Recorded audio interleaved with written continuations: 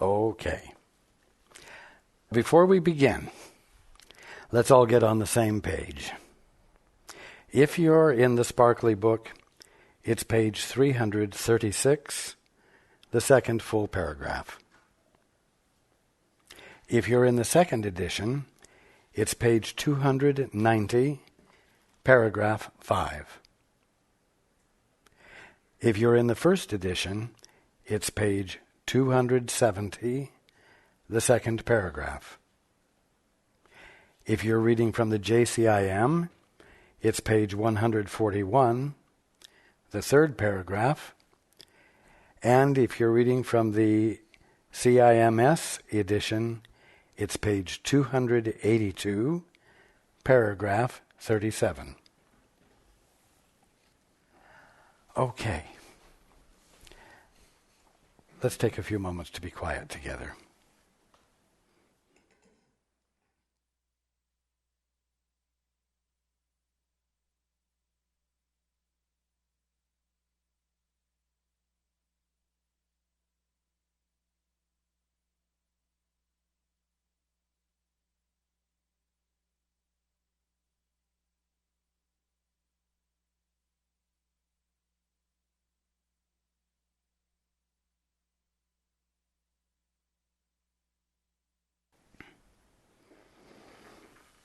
Okay. Good evening.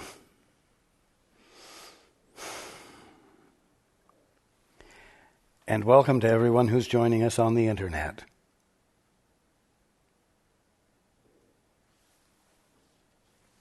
You know, if you choose to become utterly simple within yourself, if you have a desire to back off from all the complications, all the technicalities of what goes on with you, with the desire to get down to the fundamental of you, what you might call the fundamental motivation or fundamental drive, you'll find that you come to a place, not as an intellectual thing, but as an experience, where there is silence, and you feel an impulse to declare yourself. You feel a need, an urge, an impulsion to assert, make assertion.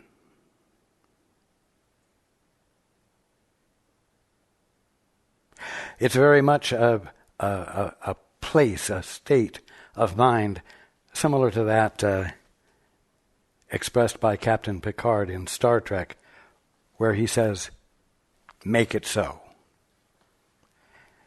You will find yourself at a very primal, fundamental state wherein you feel the need to make it so, to make something so, make anything so.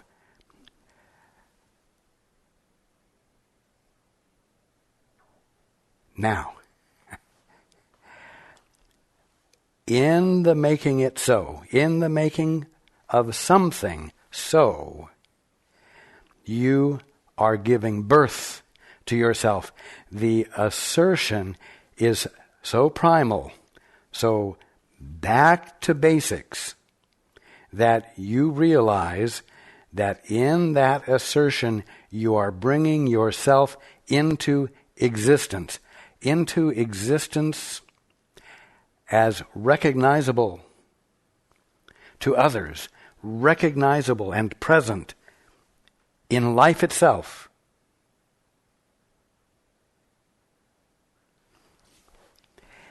And everything else that follows simply compounds that initial act of self-creation. accomplished by means of making an assertion.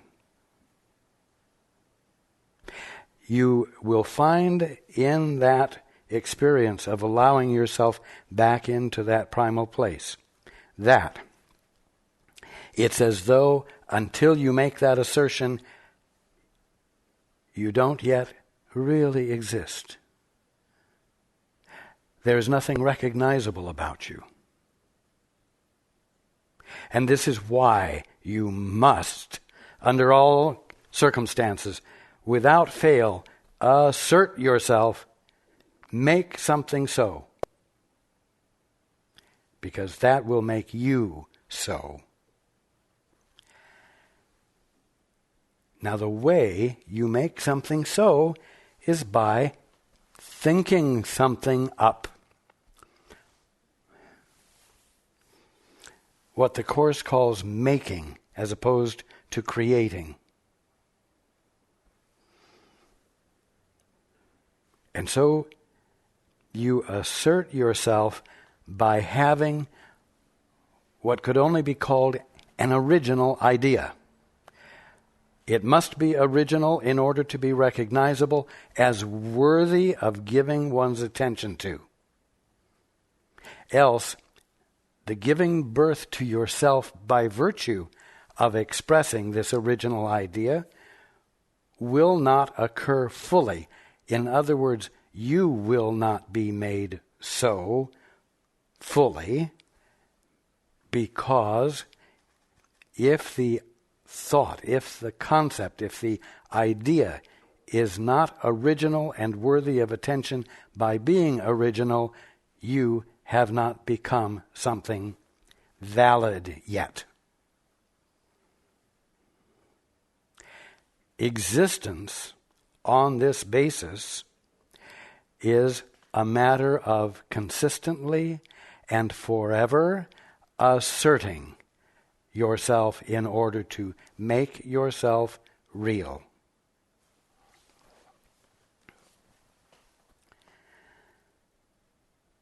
All of you, if you will take the time with genuine interest and genuine willingness to get past all of the surface mishmash and sink down into that which is really fundamental to you, sort of casting aside everything that might be irrelevant so that you get down to the essential element, you will find this act that I've described as an awareness of how you brought yourself into being as who you think you are. And you will realize how powerful the act seemed to be, because you will realize that you used a tremendous amount of energy, we'll say, to assert yourself, to make yourself known.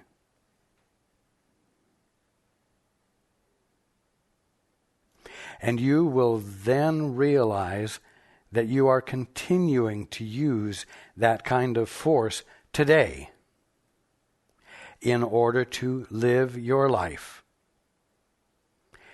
In order to live your life successfully, with dignity, respect, and so on.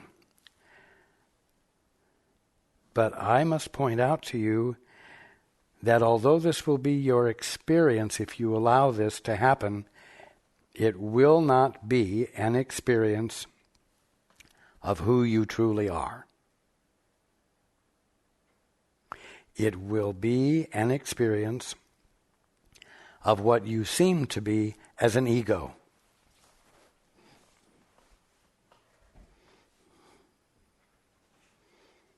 And this is very important.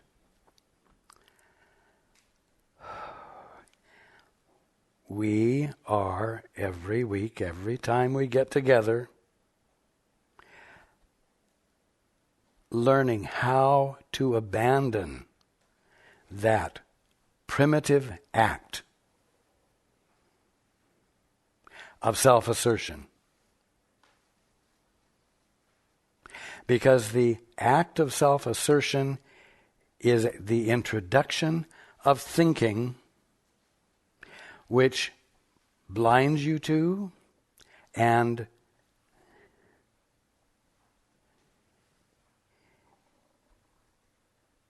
keeps you from experiencing what you truly are.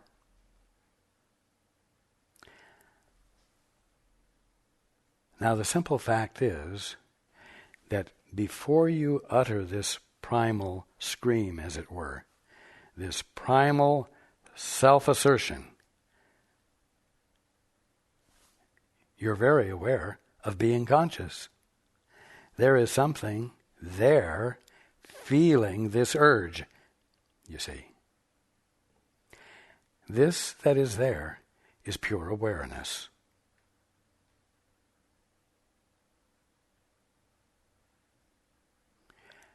This that is there is the divine you that is all-knowing, that is inseparable from and unseparated from its source, the Father, God.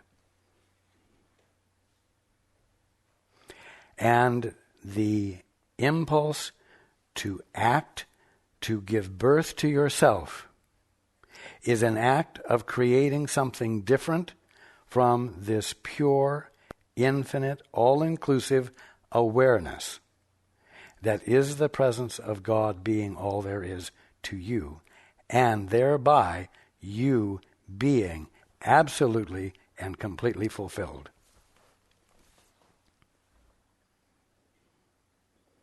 This impulse to act independently as an assertion of you, so that you, as who you want to be known as, can become knowable.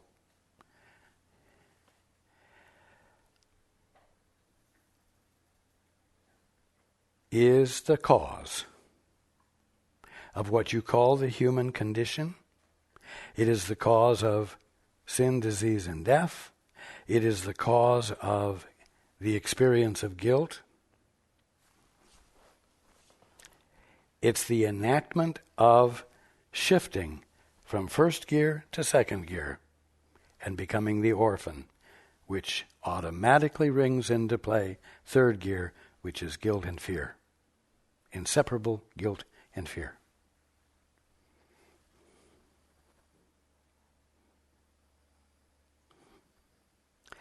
There is no legitimate or valuable thinking. All thinking is an extension of the need to create yourself by virtue of independent self-assertion. In order to make yourself knowable on your terms instead of the terms of creation. And so, although I constantly am saying God did not give you the capacity to think, and although I encourage you in many, many ways to dare to abandon thinking, to move into the silence with active curiosity and then listen instead of think,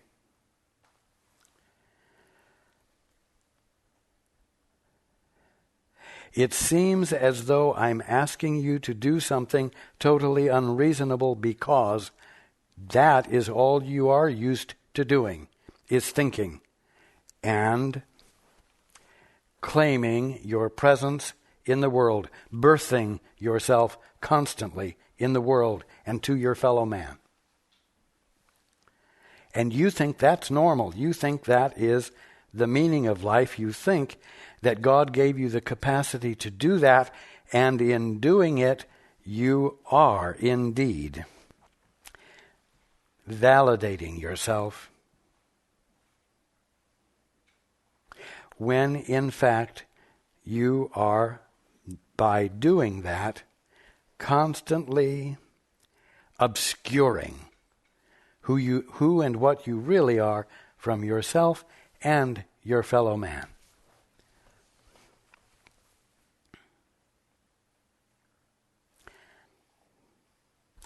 What is the only thing that makes you guilty?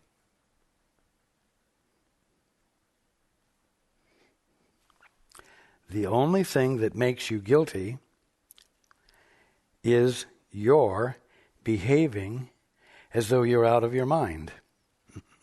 Is you believing that you're doing something that God didn't give you the capacity to do.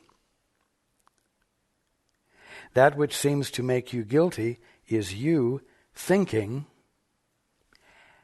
as an act of self-creation, of birthing yourself and becoming recognizably present, real, and valid.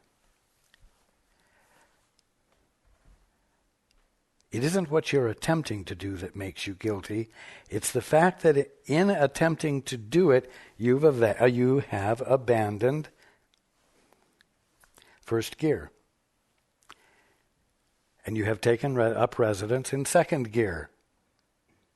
And second gear always is absolutely accompanied by guilt and fear.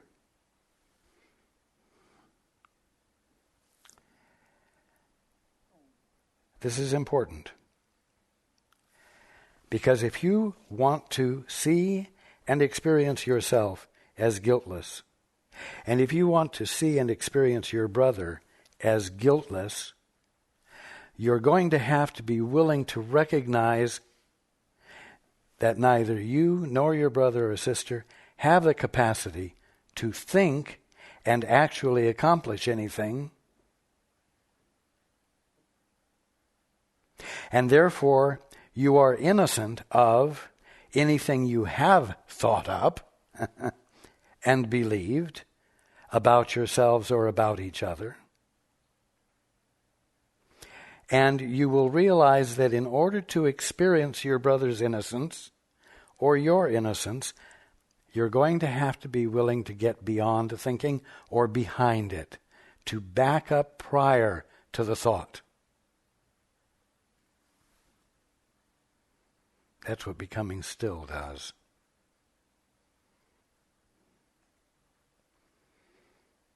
Your brother is innocent. He seems to be guilty because he's been thinking. And he feels guilty because he's been thinking. He's been operating independently. And by his act of self-creation, blocking his experience of what he is and was before he expressed that primal scream, that primal self-assertion.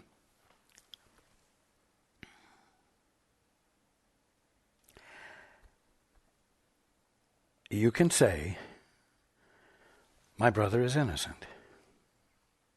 But saying it doesn't make it so. Saying it doesn't mean you're having the experience.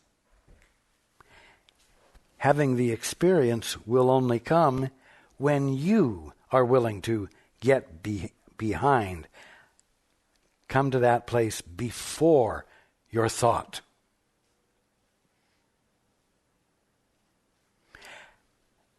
And in that place prior to thought, right now, which means in the silence within you, in the peace within you, you are absent the experience of thinking, but not absent the experience of consciousness, of awareness.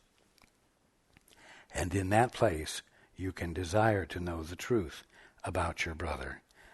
The truth about your brother that exists only prior to or behind whatever thoughts he's employing in his act of self-assertion or her act of self-assertion.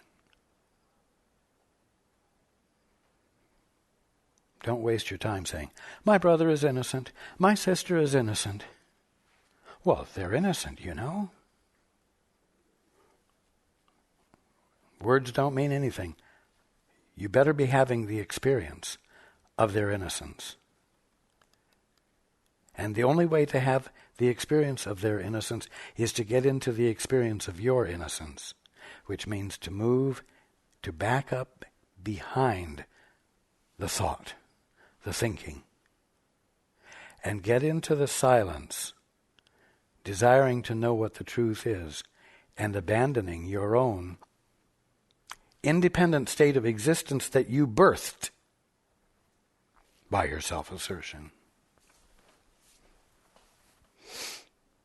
Then you'll be able to have the experience of your brother's innocence or your sister's innocence, and you will have it along with yours. Because I promise you something. If you're thinking and you're finding thinking valuable, it is going to be impossible for you to look at your brother or sister and not make the absolute assumption that they are thinking and they are finding thinking valuable.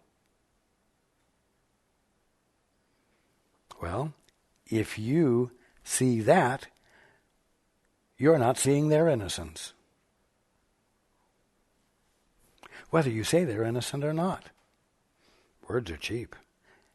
You don't want just words, you want the experience. Because the experience is the experience of God's truth. It is the experience of how things really are. And they constitute the manner in which healing and transformation occurs. For you and for your brother and sister. So let's keep this in mind.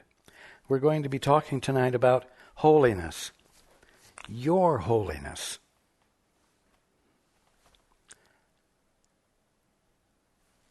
Well, your holiness is always going to be covered up by your thinking. But it's there prior to the thinking. It's there now, prior to the assertion of and creation of yourself that is accomplished by your thinking in this moment. Your holiness and your innocence are both present now, but you don't think of yourselves as holy. You sort of assign that to priests, maybe, or ministers, or teachers of God. And even then, it's by choice. It's a vocation. It's something they've chosen. But we're talking about everyone being actually holy, not as a vocation, not as something you've chosen, but as a state of being that you need to more and more include in your awareness of yourself as you do the most mundane things every day.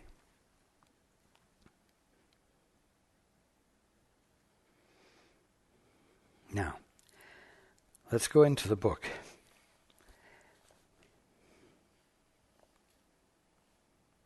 The link with which the Father joins himself to those he gives the power to create like him, meaning his sons and daughters, can never be dissolved.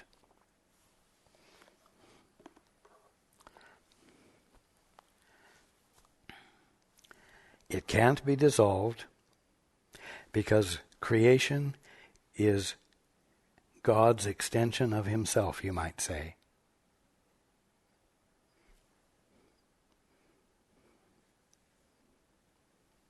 So, the link with which the Father joins himself to those he gives the power to create like him, meaning you, can never be dissolved. It's a permanent, unalterable state of being. Not something you have to gain and not something you can lose. Heaven itself is union with all of creation and with its one creator. Do you know what that means? It means that heaven isn't a place. It means that heaven is awareness. heaven itself is union with all of creation and with its one creator. It means it is conscious awareness that isn't split,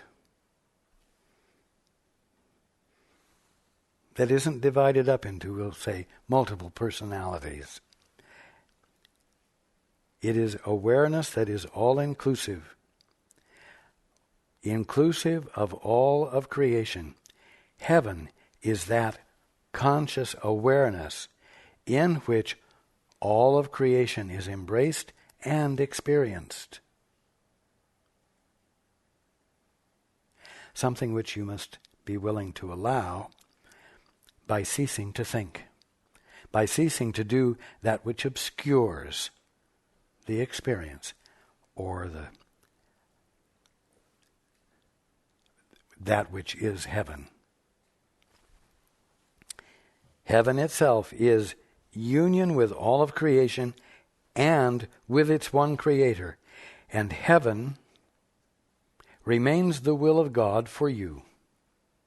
In other words, unbounded awareness of all that is and union with it and awareness of its union with you, and we might say no thoughts that are unknown, all thoughts of everyone being known by everyone, so that communication is communion. That's the new normalcy, what will seem new to you, but it is what is natural. It is what is real. So, heaven itself is union with all of creation and with its one creator, and heaven remains the will of God for you. Lay no gifts other than this upon your altars. What does that mean? It means let that be the only gift you lay on your altar. Stop laying the gift of all of the fantastic thoughts you've come up with.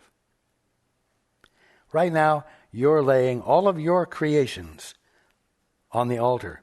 All of these creations that have come out of this primordial need to express yourself and make your presence known by virtue of expressing original ideas of your very own, which causes you, by virtue of their originality, to be seen as worthwhile and truly valid.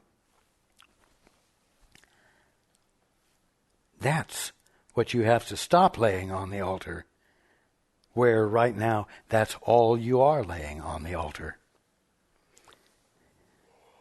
Lay no gifts other than heaven,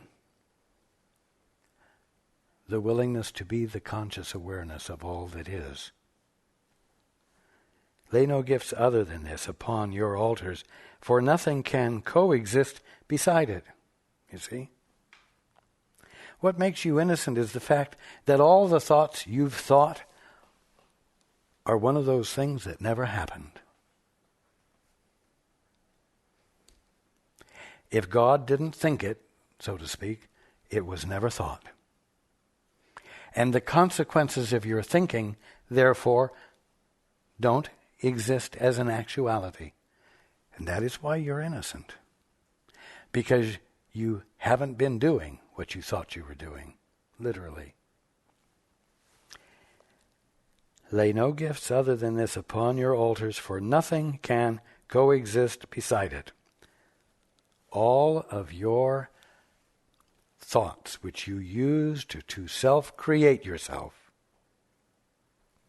cannot coexist on the altar, actually, with the only true gift.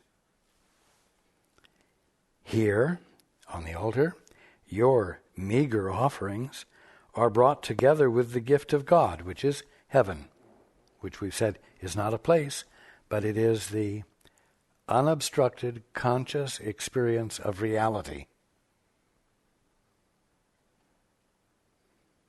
It's the awareness of reality, in which none of reality is obscured to you or separated from you. in which you are inseparable from it, and communion of the wholeness of creation is your experience. So here your meager offerings are brought together with the gift of God, and only what is worthy of the Father will be accepted by the Son, for whom it was intended.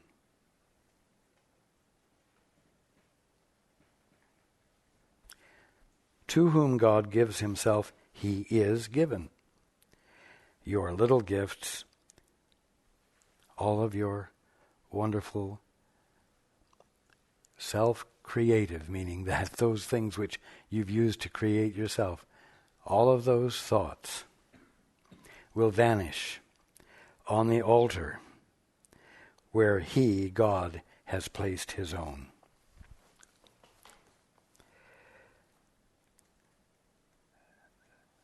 The next subsection is entitled, The Recognition of Holiness.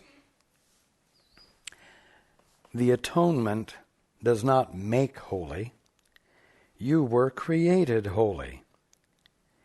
It merely brings unholiness to holiness, or what you made to what you are.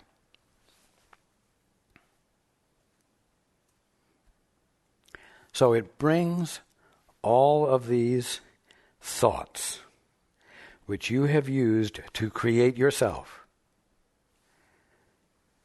it brings those to the truth. It brings those to what you are.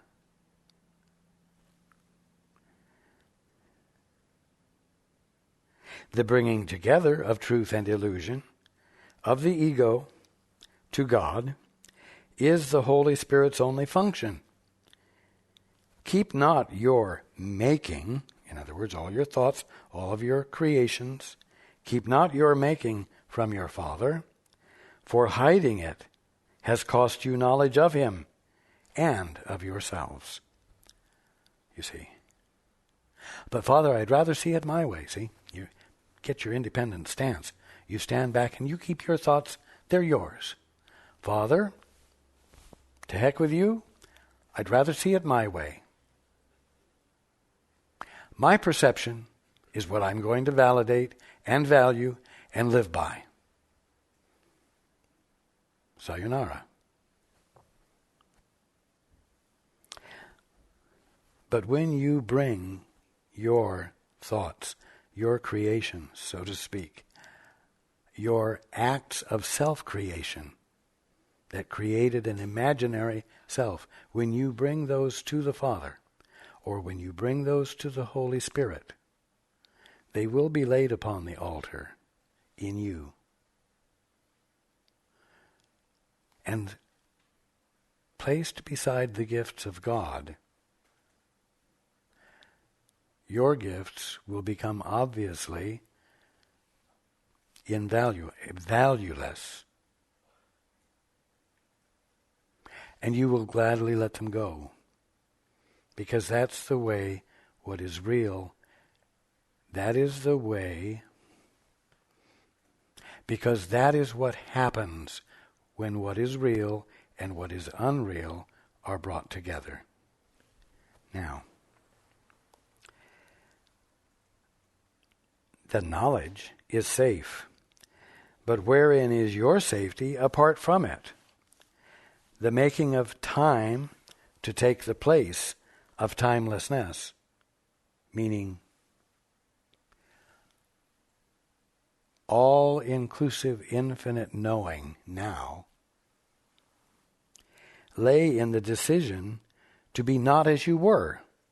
You see, here you were as pure awareness, and then you felt an impulsion to assert,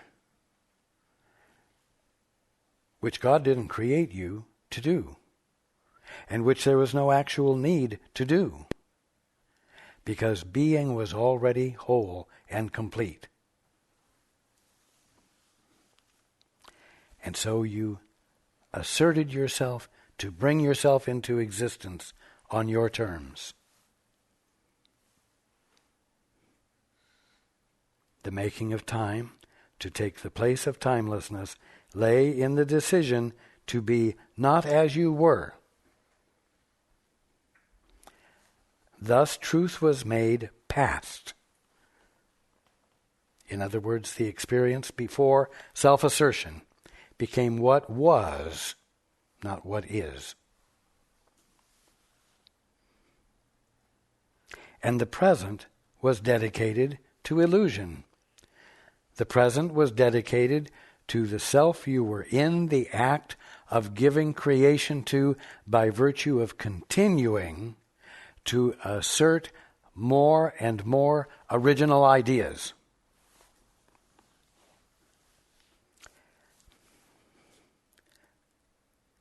And the past, too, was changed and interposed between what always was and now. In other words, what always was initially the past when you made your self-assertion and seemed to create a new experience of self and identity and existence. But then the past, meaning you in your pristine and perfect state of mind, that became no longer the past. That was replaced by the history of your acts of thinking original ideas for the purpose of maintaining an ongoing creation of yourself. Period. You see?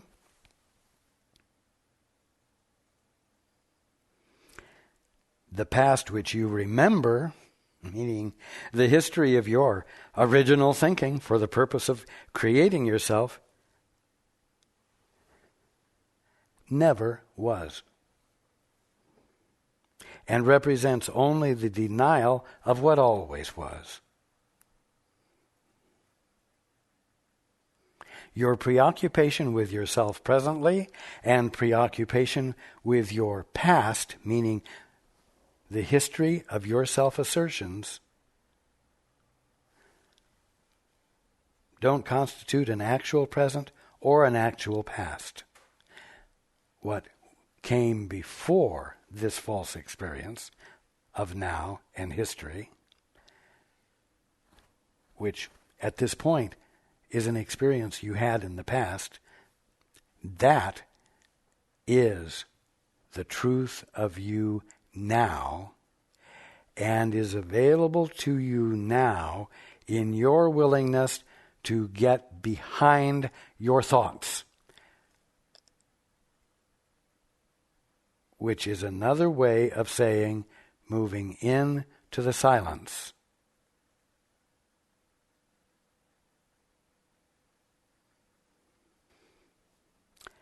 Bringing the ego to God is but to bring error to truth, where it stands corrected because it is the opposite of what it meets, and is undone because the contradiction can no longer stand.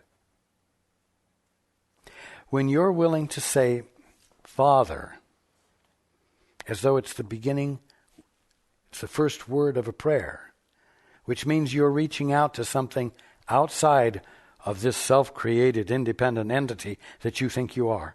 When you say Father, you are taking the first step to bring illusion to truth.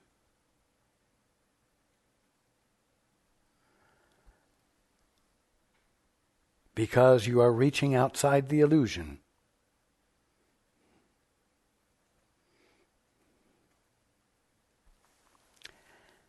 Bringing the ego to God is but to bring error to truth, where it stands corrected because it is the opposite of what it meets, and is undone because the contradiction can no longer stand. How long can contradiction stand when its impossible nature is clearly revealed?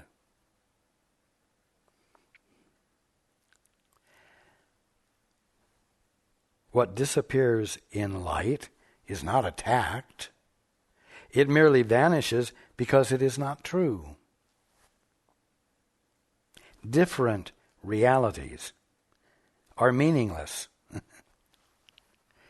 Different realities. It's nonsensical. For reality must be one. It cannot change with time or mood or chance. Its changelessness is what makes it real.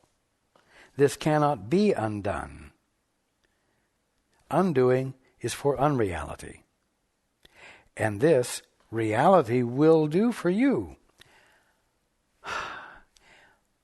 What you truly are cannot be undone and never has been undone, even through this apparently powerful self-assertion by which you gave birth to yourself. In spite of all of the dynamics of that, nothing happened. And your continuing effort to do it continues to be nothing happening.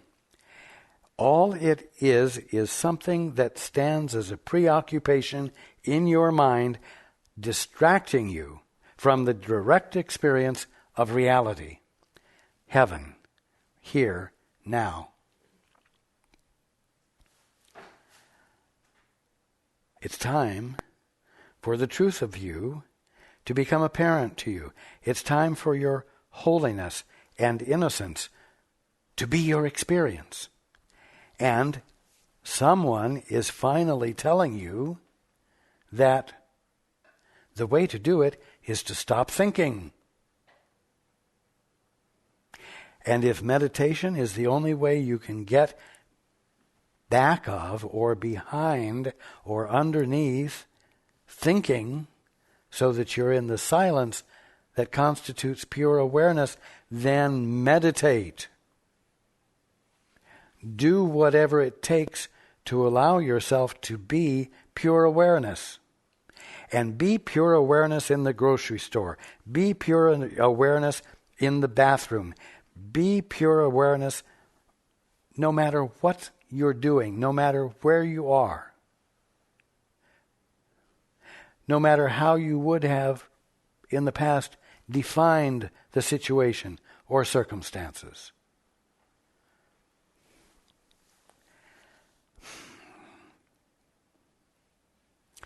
Merely by being what it is, does truth release you from everything that it is not.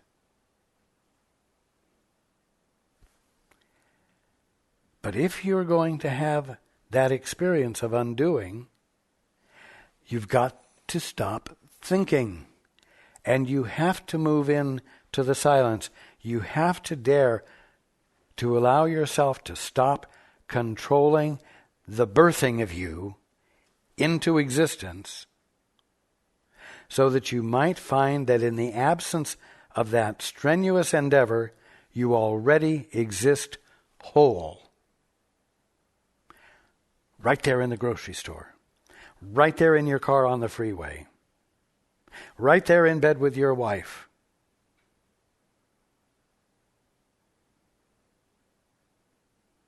Right there mowing the lawn.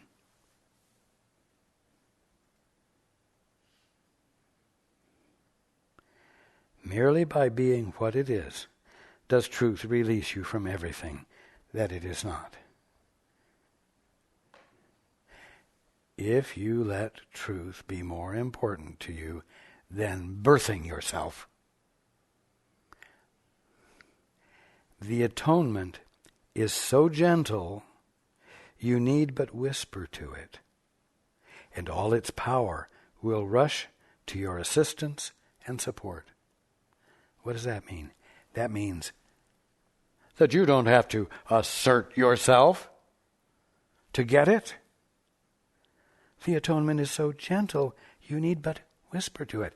In fact, the practice of whispering gives you a very direct experience of not being powerful.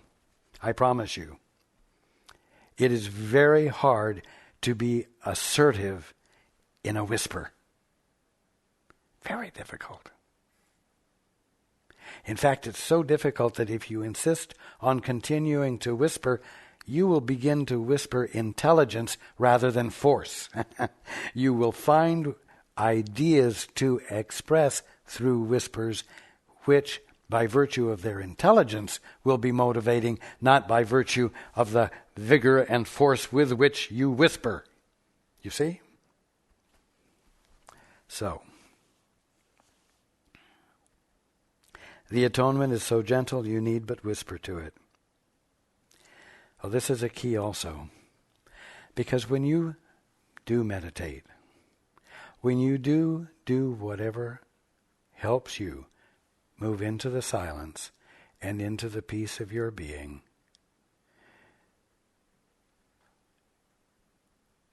any desire that you might express from there, any desire that arises in your mind out of your peace, will find fulfillment if the desire is whispered, if the desire is gently placed, if the desire is almost silently placed. Because that's when the least amount of willpower, of willfulness, is being expressed. And because you are expressing or giving expression to a desire which has emerged from the peace in the silence of your being, it really is a matter of you cooperating with that movement rather than being the creator of it and subsequently the authorizer of it through willfulness or force. You see? And so the act became an act as a result of awareness and moved into action by virtue of your continuing to be awareness, not by virtue of your becoming an actor. The atonement is so gentle, you need but whisper to it, and, indeed, all its power will rush to your assistance and support. That is what you will find yourself experiencing when you act from your peace, when you be from your innocence, your holiness. You are not frail with God beside you. That's a wonderful experience awaiting you. You're also not powerful, but you are omnipotent. You are not frail with God beside you. Yet, without Him, you are nothing. What do you mean, without Him? Well, when you birthed yourself by asserting yourself through the expression of a thought that was original, you were being without Him. You were being independent. Without Him, you are nothing. In other words, everything you thought you've been being is something that never happened, as we discussed last week. The atonement offers you God. Well, the atonement offers you God. The atonement offers you truth. The atonement offers you reality. Atonement offers you heaven, the awareness of all of creation without any separation from any of it, where you experience all knowing.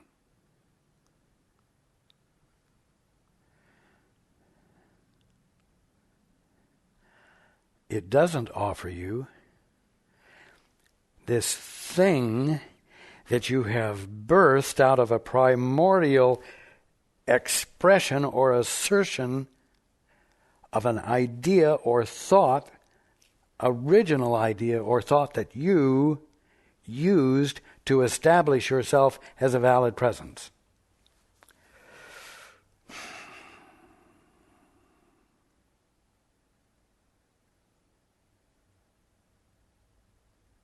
The atonement offers you God. It does not offer you. It does not offer you what you've been having and what you've been suffering from. The gift which you refused,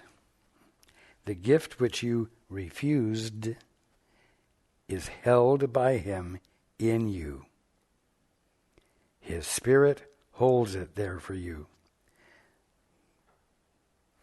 I've said in the past, your divinity is held in trust while you dally with the ego. The gift which you refused, which is heaven, the conscious awareness of all of reality, is held by him. In other words, your right mind is held by him in you.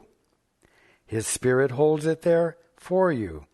God has not left his altar, though his worshippers placed other gods upon it. You've placed your fantastic, in other words, fantasy-like creations. All of your thoughts, all of your definitions, all of your mutually agreed upon concepts and so on, you have placed on the altar. Cluttered it up, as it were, with distractions that never really took up any space because they're not real. But you put them there.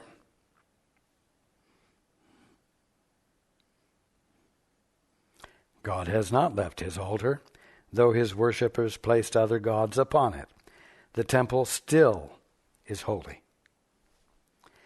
You still are holy. For the presence that dwells within it is holiness. The presence of what? The presence of the conscious awareness of being that is you.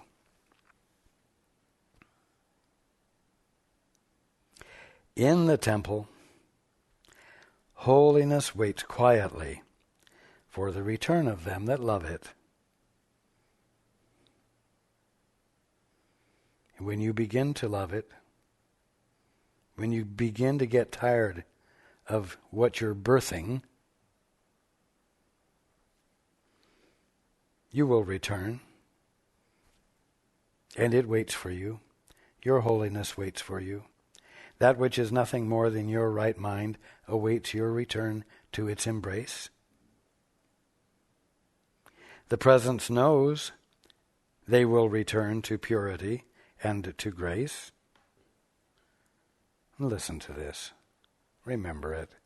The graciousness of God will take them gently in and cover all their sense of pain and loss with the immortal assurance of their Father's love. To cover all their sense of pain and loss of what? Oh, all of your cherished thoughts by means of which you've given meaning to your life and to yourself. In fact, you haven't just given meaning to life and to yourself. Those thoughts were used to birth you. And if you think you've done a pretty good job of it, you're likely to experience a sense of loss as you let go of it, because something in you is daring to prefer what you're coming to know is a truer experience, a fuller, a more enjoyable, a holier experience of what your being is all about. So the graciousness of God will take them, you, gently in, and cover all their sense of pain, all your sense of pain and loss, with the immortal assurance of their Father's love, your Father's love.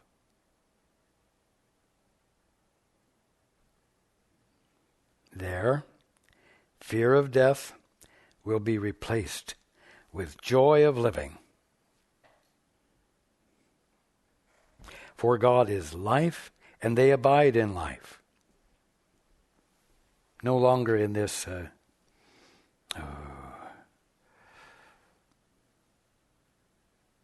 sense of life that you've birthed.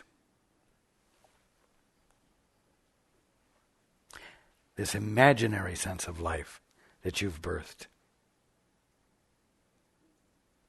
The presence of holiness lives in everything that lives, for holiness created life, and leaves not what it created holy as itself.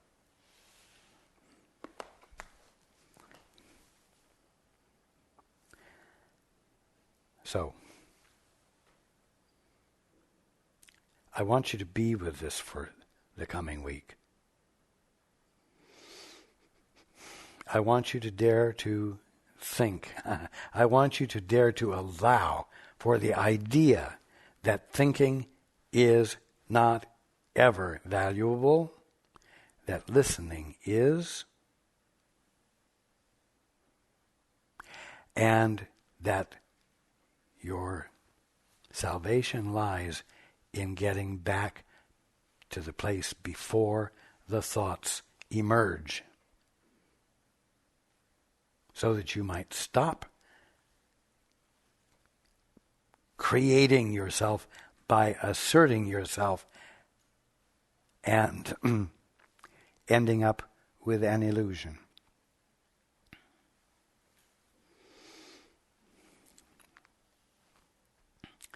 And I look forward to being with you next week. And I look forward to the discoveries you will be having. I love you all.